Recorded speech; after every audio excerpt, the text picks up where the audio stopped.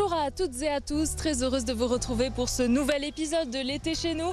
Durant toute la période estivale, la rédaction de BFM Lyon vous fait découvrir des activités à faire autour de Lyon. Et aujourd'hui, on est au parc de la Tête d'Or. On va participer à un atelier pour observer les différents animaux de la forêt du parc. C'est parti.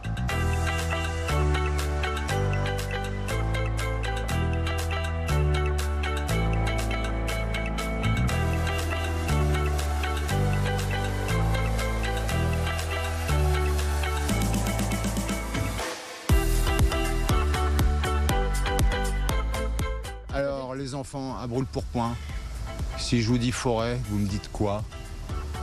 Le premier mot qui vous vient en tête? Arbre. Quoi d'autre? Mousse, fougère.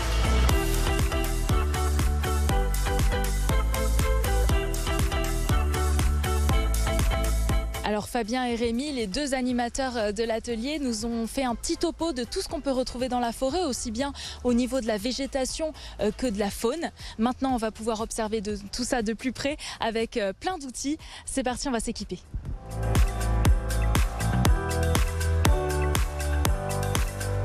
Donc je vais prendre une petite pelle avec une assiette. Ça va permettre de voir en détail quels insectes sont sur le sol. Donc je rejoins Fabien pour pouvoir gratter la litière et découvrir un petit peu tous les insectes qu'il y a sur le sol de cette forêt. Fabien, comment on procède? De manière très simple, on va prendre donc la petite assiette blanche en papier. On utilise donc ce que nous les jardiniers on appelle aussi une houlette ou un plantoir. Et en fait le but du jeu, c'est de recreuser la litière comme ça et de rabattre sur l'assiette blanche. Et par contraste, éventuellement, on va voir ce qu'il y a dans cette litière. Alors, est-ce qu'on voit quelque chose pour l'instant? Alors, pour l'instant, pas trop. Faut dire, on est en terrain un petit peu sec, donc plus c'est sec et plus les petites bêtes ont tendance quand même à s'enfoncer dans le sol pour chercher l'humidité et la fraîcheur. De l'autre côté, on n'a pas eu beaucoup de chance, on n'a pas trouvé beaucoup d'insectes, alors on va tenter plutôt ici.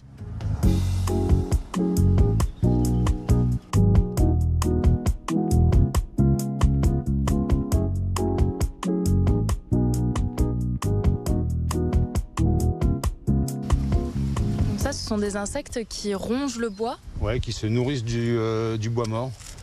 D'où le terme saproxylophage en fait. Xylo ça veut dire bois, sapro ça veut dire mort et phage qui mange le. Et c'est important pour vous de faire découvrir tout cet écosystème finalement aux plus jeunes notamment qui participent à l'atelier? Ouais, tout à fait. Parce que l'écosystème du sous-bois, il est à la fois très riche, mais il est aussi assez fragile. Il faut savoir que par exemple, il y a 20 ans, toute cette végétation n'existait pas.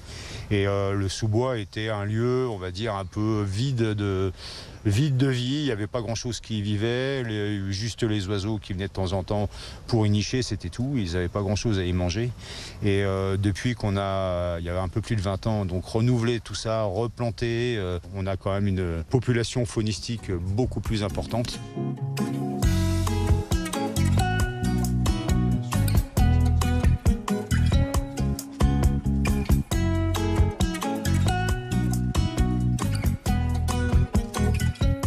Alors là, je vois un petit insecte. Ah. Qu'est-ce que c'est? Ça, c'est une petite biche. Donc c'est un coléoptère qui niche dans le bois mort et spécifiquement dans les souches, dans les vieilles souches et dans le vieux bois.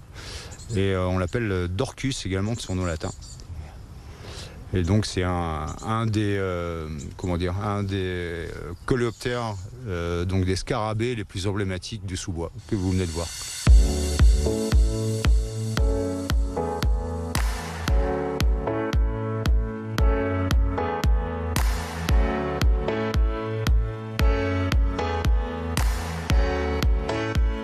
Alors il y a d'autres participants qui utilisent le parapluie japonais, vous allez voir, ça permet de voir plein d'insectes différents.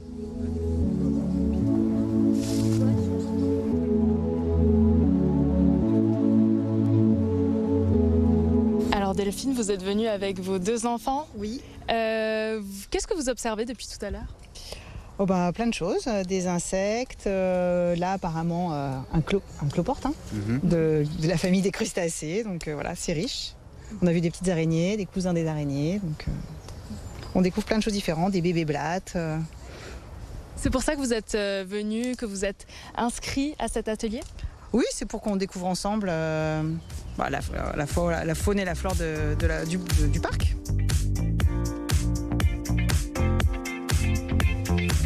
Je rejoins la fille de Delphine, Juliette, qui est visiblement intriguée par ce qu'il y a dans cette boîte. Juliette, dis-moi, qu'est-ce qu'il y a dedans ? Un énorme scarabée. Et comment tu le trouves, le scarabée ? Il a une grande bouche. Qu'est-ce que tu as vu d'autre comme insecte ici dans la forêt ? Une coccinelle asiatique. Et tu savais qu'il y avait tout ça au parc de la Tête d'Or ? Non.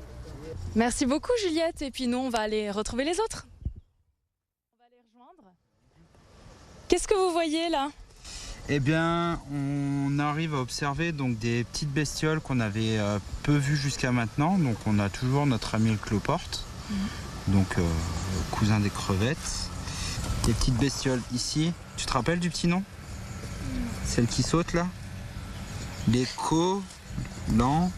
colamboles. C'est important de faire découvrir ça aux plus jeunes ? Et oui, bien sûr, parce que en fait, vous voyez la taille des espèces qui font entre 2 à 5 mm. C'est la biodiversité qu'on appelle cachée.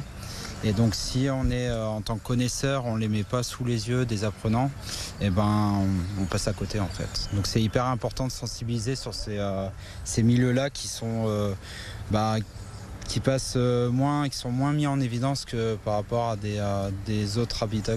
Donc c'est ludique, mais c'est aussi un atelier de sensibilisation. Tout à fait, ouais. C'est une veille écologique, c'est vraiment une plateforme de veille écologique pour les différents types de publics, et notamment les animations pour les enfants. On voit qu'ils sont très intéressés en tout cas.